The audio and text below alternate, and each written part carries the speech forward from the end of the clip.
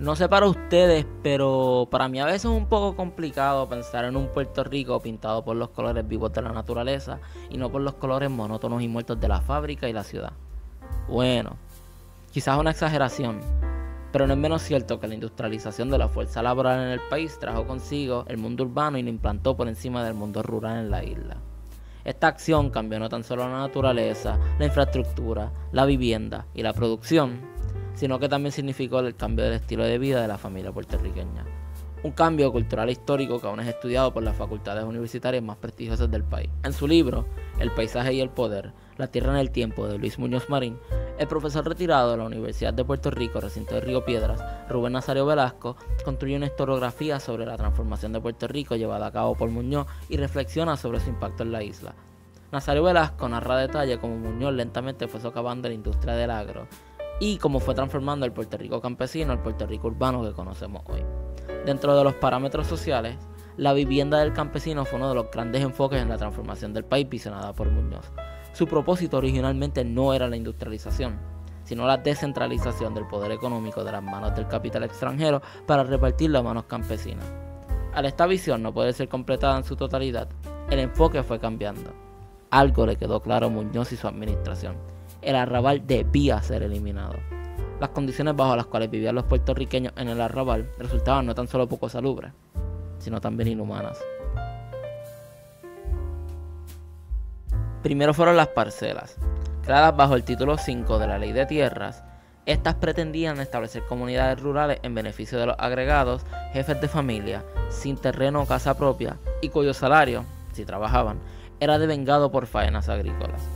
Y que según Cuevas Cruz, la ubicación estaría sujeta a 3 parámetros fundamentales. 1. Una localización estratégica que facilitara la transportación y la comunicación. 2. Contigua a los servicios básicos como agua, líneas eléctricas, escuelas y otros. 3. Fertilidad de los suelos para el cultivo de frutos menores. Fueron establecidas en los acres expropiados legalmente de las fábricas que excedieran 500 acres y repartidas idealmente agregados para que construyeran su hogar dentro de las parcelas. Aún así, los nuevos parceleros dependían del trabajo provisto por los grandes terratenientes para poder subsistir. Cuevas Cruz nos cuenta: la gran cantidad de nuevas familias parceleras nos sugiere el alto número de puertorriqueños y puertorriqueñas que sentirán el impacto y serán parte del cambio en la segunda mitad de la década de 1940. A la misma vez, serán los protagonistas de los problemas como la escasez de empleo en la agricultura y en la zona rural en general, el abandono del cultivo de la tierra, la migración casi forzosa hacia la zona urbana y el exterior de Puerto Rico. Por último, serán los candidatos a ocupar los nuevos empleos creados por las fábricas recién llegadas. Pues es precisamente la falta de mano de obra en las nuevas fábricas lo que crea la necesidad de mover la mano rural al ámbito urbano. Además, Cuevas Cruz y Nazario Velasco mencionan cómo la escasez de empleo en la agricultura generó una inquietud que motivó a las personas a abandonar el campo para trabajar y vivir en la ciudad. Las condiciones bajo las cuales vivían estas personas en el campo, en las parcelas y mayormente en los arrabales causó gran preocupación en la administración de Muñoz Marín. La socióloga Bridget Lamy reconoce este fenómeno como la tendencia sociopolítica para estudiar el espacio urbano. En esta tendencia, el investigador, en este caso la administración de Muñoz Marín, le da particular enfoque a la comodidad, calidad de vida, la eficacia de los servicios públicos y los proyectos arquitectónicos de gran importancia. De esta manera, al analizar las condiciones de vida en el arrabal, el Estado decidió tomar acción y construir un nuevo tipo de vivienda en la ciudad, el caserío o residencial público, para garantizar las mejores condiciones al campesino.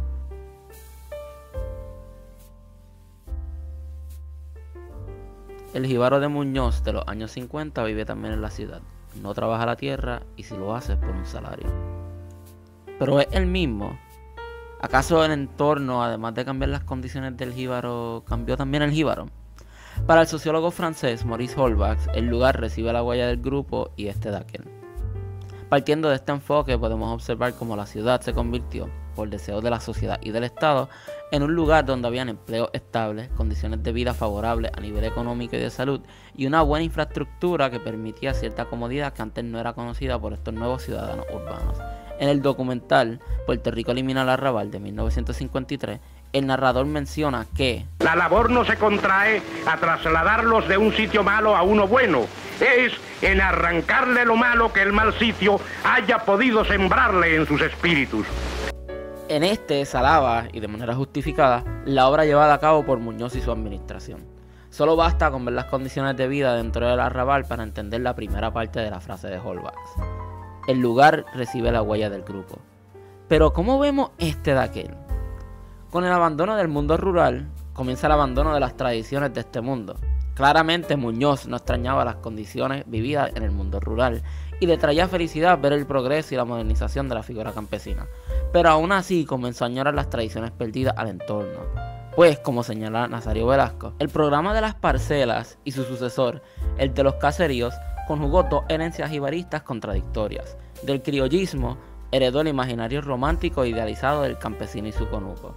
Del realismo social heredó el urgente empeño de modernizar y reformar al jíbaro. La figura del jíbaro, utilizada por Muñoz para representar al pueblo al cual le había prometido devolverle el poder sobre sus tierras y que luego alejó de dichas tierras, fue transformándose.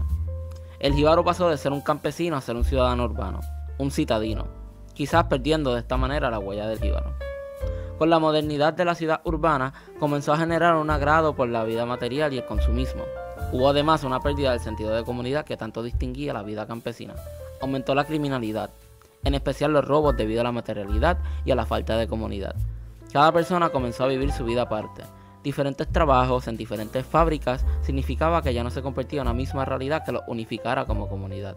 No solo Muñoz notó algunos de los choques de la modernidad con su visión de transformación, sino que además la añoranza por lo rural llevó a autores como René Marqués a escribir en contra de la ciudad y la modernidad. Nazario Velasco nos cuenta que los personajes de Marqués, derrotados por la ciudad, vuelven a la tierra, o desde la ciudad rememoran nostálgicamente su infancia campesina. La visión de los autores y artistas fue una mucho más crítica del proceso, influenciada quizás por la ola del romanticismo al pasado jibarista y campesino presente en la poesía de principios de siglo. Al pensar en la historia lejana, muchas veces cometemos el error de solo considerar fechas, figuras y momentos importantes de nuestro pasado sin ponernos a reflexionar cómo estos afectan nuestro presente. Perdemos de perspectiva que la historia es una línea sucesoral del tiempo que aún está siendo escrita.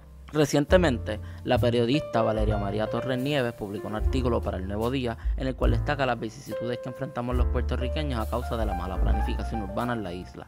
En este, reseña como la dependencia en el carro, la falta de espacios urbanos desarrollados y el estigma en contra del transporte público han generado un Puerto Rico sin opciones. Pues en vez de fomentar el crecimiento urbano y económico que surgiría debido a ello, seguimos construyendo carreteras.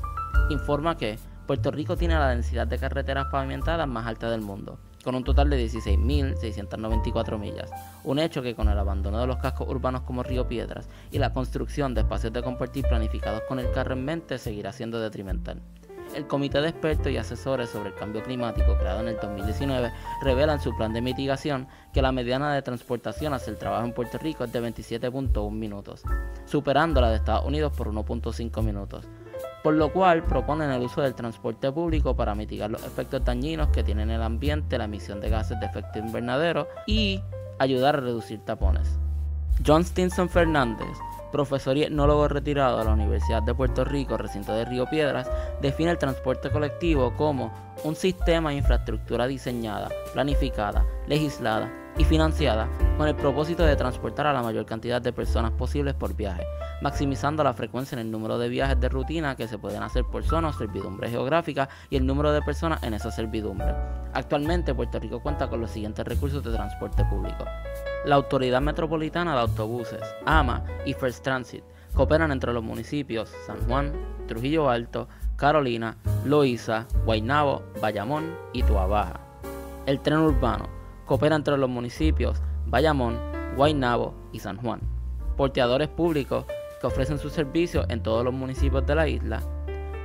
Y los ferries que ofrecen sus servicios de Ceiba a Vieques, de Ceiba a Culebra y de Cataño a San Juan. Para el 2014, el periódico Primera Hora reportaba que, según los datos de múltiples censos alrededor del mundo sobre el uso de vehículos de motor, en nuestro 100 por 35 hay 635 carros por cada 1000 habitantes. Esto nos coloca en la posición 12 entre más de 200 países y territorios del mundo con más automóviles. Según la definición expuesta por el profesor, nuestro sistema de transporte público está fallando, empezando por el tren, el cual extiende, o de manera correcta, limita su expansión geográfica a ciertas regiones del área metropolitana. Empeora su condición el hecho de que muchas de las paradas no están centralizadas, llegando a un espacio donde realmente no hay mucho, o en el peor de los casos, nada que hacer. El tren no ha fracasado debido a que no encuentra entrada dentro de una sociedad obsesionada con los carros, pues solo basta con mirar los llenos que van sus vagones para los conciertos en el Coliseo, para la universidad, para las actividades deportivas y para las actividades culturales en Bayamón y Río Piedras. Esta historia de posible éxito pero fracaso constante se repite en los otros medios de transporte colectivo, exaltado además por la falta de puntualidad y el estigma general que se tiene en contra del transporte público. Este pudiese ser una pieza clave en el engranaje social. Evidencia de ello es su importancia para el tiempo de las fiestas de la calle San Sebastián, donde nos vemos casi obligados a usarlo. Pero no basta con esto, pues ¿de qué va un sistema de transporte público funcional y puntual si no llega a ningún lado? Como hemos visto en las ocasiones donde el transporte público en la isla ha funcionado, el éxito está atado casi exclusivamente al lugar. Esto nos debe llevar a pensar en el espacio urbano como un lugar de convivencia, de comunidad y de actividad económica. Esto nos debe llevar a pensar en una comunidad caminable y en un casco urbano lleno de vida. Para esto no hay que mirar a Estados Unidos y mucho menos a Europa. Como ejemplo podemos tomar el rediseño de la calle Loíza del diseñador y creador digital Gabriel Martínez en su página de Instagram Yagrumo Studio.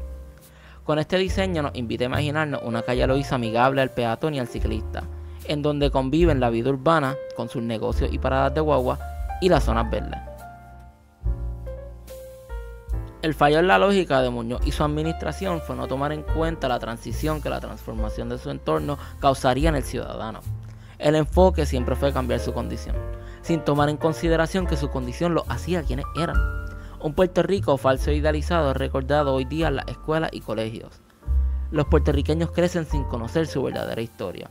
No se trata de recordar e idealizar la vida campesina y sus tradiciones ciegamente, pues como hemos visto las condiciones de vida eran pésimas, sino de reconocer a qué se debe el cambio tan drástico que tomó Puerto Rico en el último siglo y cómo éste ha predestinado a la manera en la que generaciones han crecido y se han relacionado. Se trata de reconocer que, para bien y para mal, el urbanismo en Puerto Rico llegó en los años 40 y su proyecto fue expandiéndose sin tomar en cuenta los factores que crean un espacio urbano sano y promueven la sociabilidad. Se trata de soñar con un Puerto Rico lleno de nuevas realidades urbanas y saber que el cambio está en nuestras manos.